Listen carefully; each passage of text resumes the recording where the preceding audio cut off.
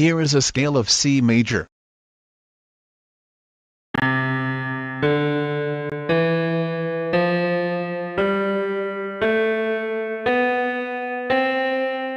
Now let's see how we play it with right hand.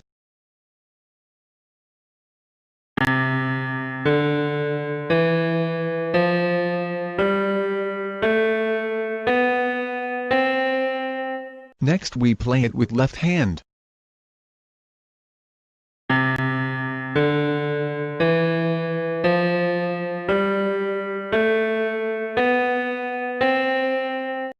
Now we try to play it on the actual keyboard.